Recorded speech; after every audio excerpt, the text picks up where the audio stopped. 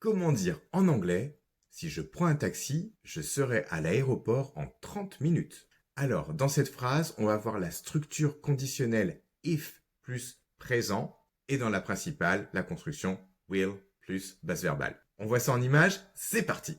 Si je prends un taxi, if I take a taxi, if I take a taxi, c'est ici que l'on a une subordonnée conditionnelle introduite par if et dans laquelle on va utiliser le présent. If I take. Je serai à l'aéroport. On a notre principal et du coup dans cette principale, on va traduire cette notion de futur. I will be at the airport. I will be at the airport.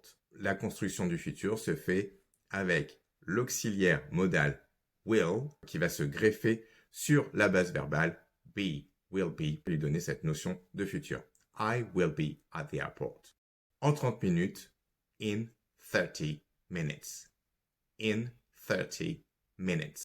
On a maintenant tous nos ingrédients pour notre phrase en anglais et cela donne If I take a taxi, I will be at the airport in 30 minutes. Alors comme d'habitude, like, partage et abonne-toi et fais-moi savoir en commentaire si tu connaissais cette construction avec if présent dans la subordonnée et futur dans la principale. Et pour celles et ceux qui n'ont pas les bases et qui ont envie et besoin de parler anglais, je vous invite à cliquer sur le lien dans ma bio pour accéder à mon programme pour enfin parler anglais. À bientôt!